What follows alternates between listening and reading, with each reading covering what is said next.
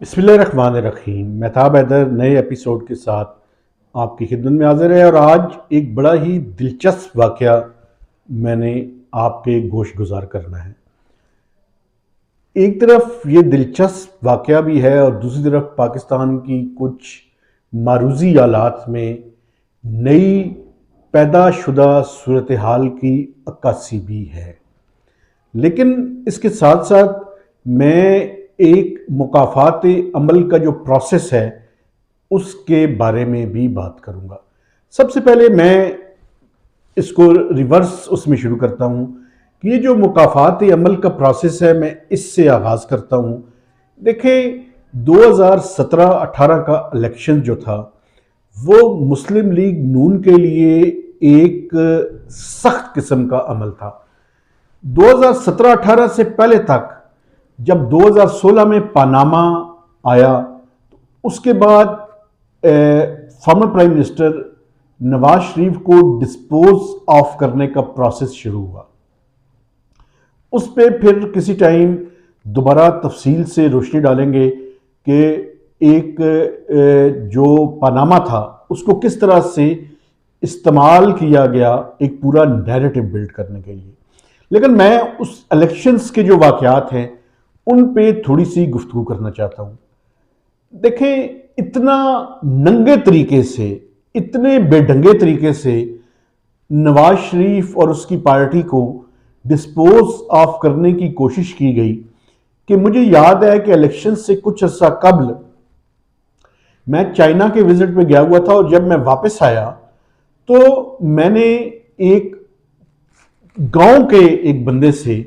یہ بات کرنے کی کوشش کی کہ مجھے یہ بتاؤ کہ الیکشنز میں کیا ہو رہا ہے۔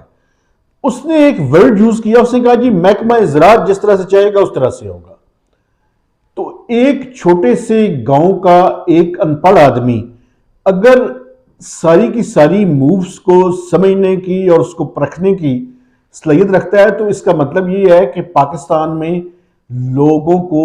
بیوقوف نہیں بنایا جا سکتا۔ وہ پروسیس شروع ہوا، اس میں مذہبی کارڈ بھی استعمال ہوا، اس میں مقدمات بھی بنائے گئے، اس میں چند ہرکارے صحافیوں کو بھی شامل کیا گیا جو صبح و شام بغیر ثبوت کے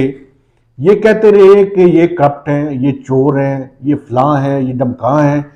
ایک پورا نیریٹو بلڈ کر کے اس کے بعد ہاتھ پاؤں باندھ کر ان کو الیکشن میں جھونک دیا گیا، اور پھر جب آخر میں اور کچھ نہ بن پڑا تو آر ٹی ایس کا سسٹم ہی بند کر دیا گیا۔ یہ الیکشن والے دن کی رواداد اور کہانی میں آپ کو یاد کروا رہا ہوں۔ ایک کینڈیڈیٹ سے میری ملاقات ہوئی، میں نے ان سے پوچھا، صوبائی اسمبلی کے کینڈیڈیٹ تھے، کہ آپ یہ بتائیں کہ آپ الیکشن ہار گئے ہیں لیکن یہ الیکشن کے بارے میں آپ کا کیا خیال ہے؟ انہوں نے کہا جی الیکشن میں ضرور آ رہا ہوں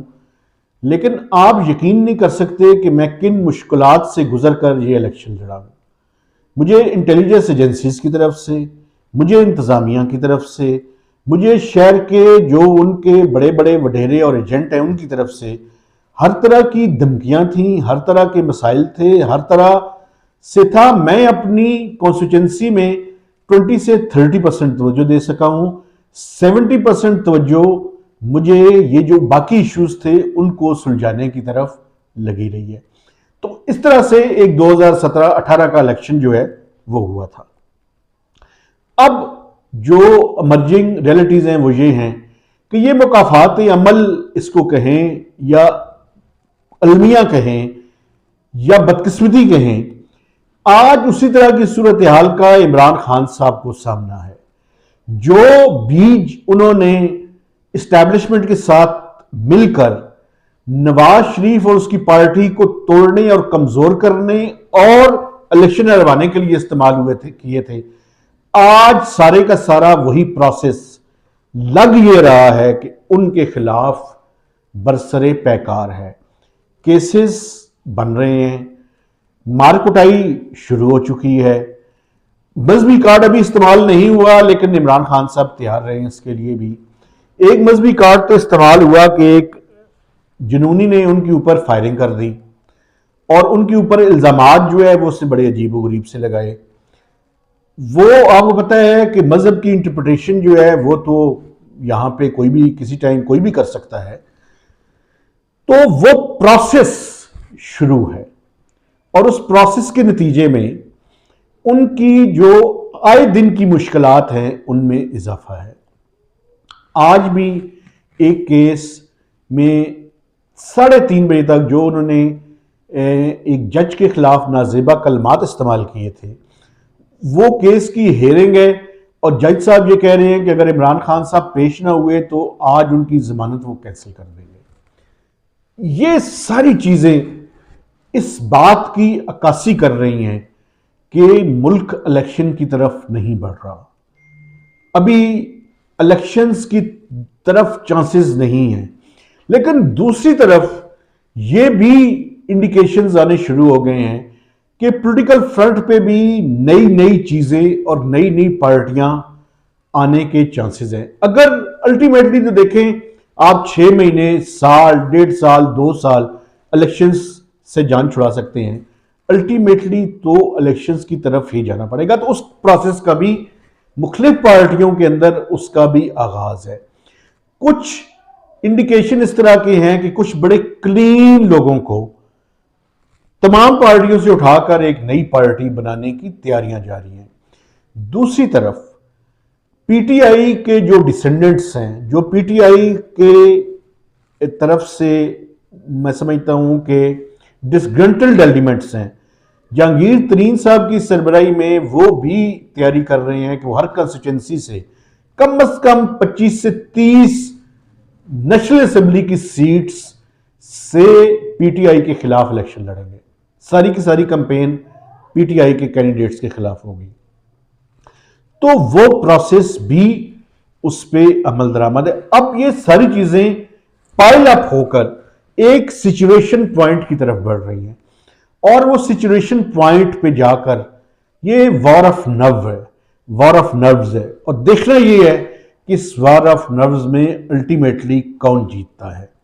جو دلچسپ واقعہ اس سارے پس منظر میں بیان کرنے کے بعد، جو دلچسپ واقعہ میں نے آپ کو شروع میں کہا تھا کہ میں آپ کے سامنے بیان کروں گا، وہ میں آپ کے سامنے رکھ کر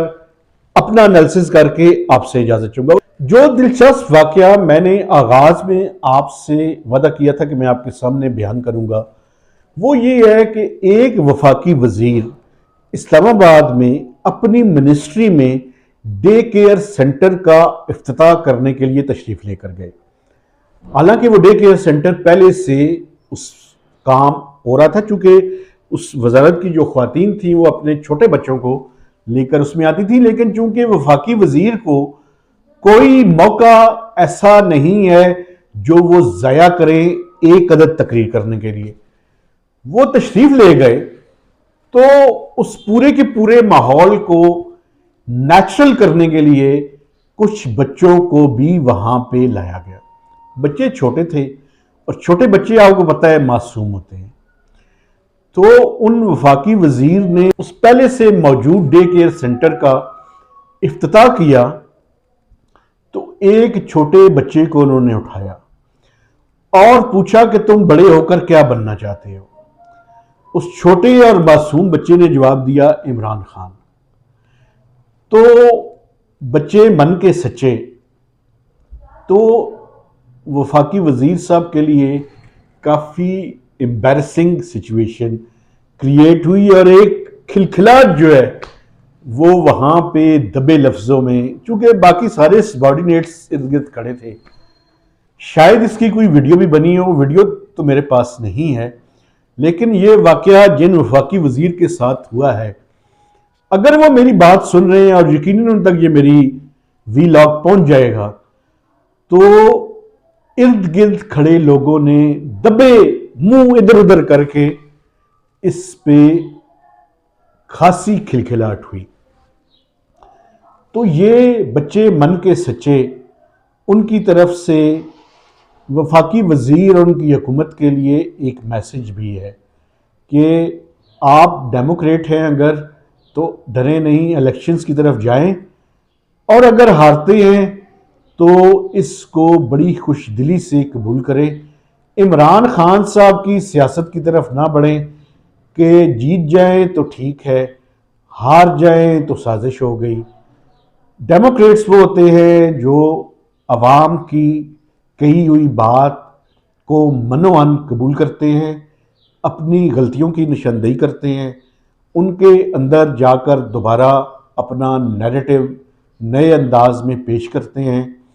اور ان کی طرف سے تائید حاصل کرنے کی جدوجہد کا آغاز کر دیتے ہیں۔ تو آپ الیکشن سے بھاگے نہیں،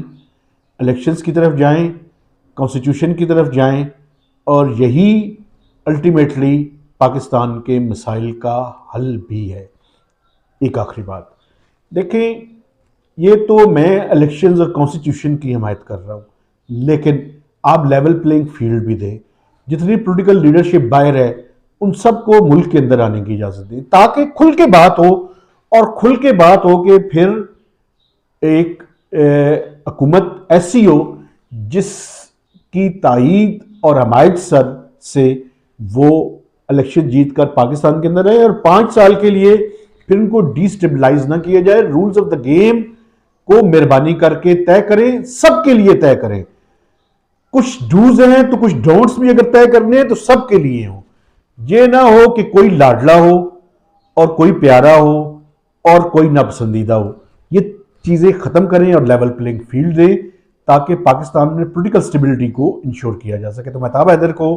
نئے ویلاگ تک اجازت دیجیے۔ خدا حافظ۔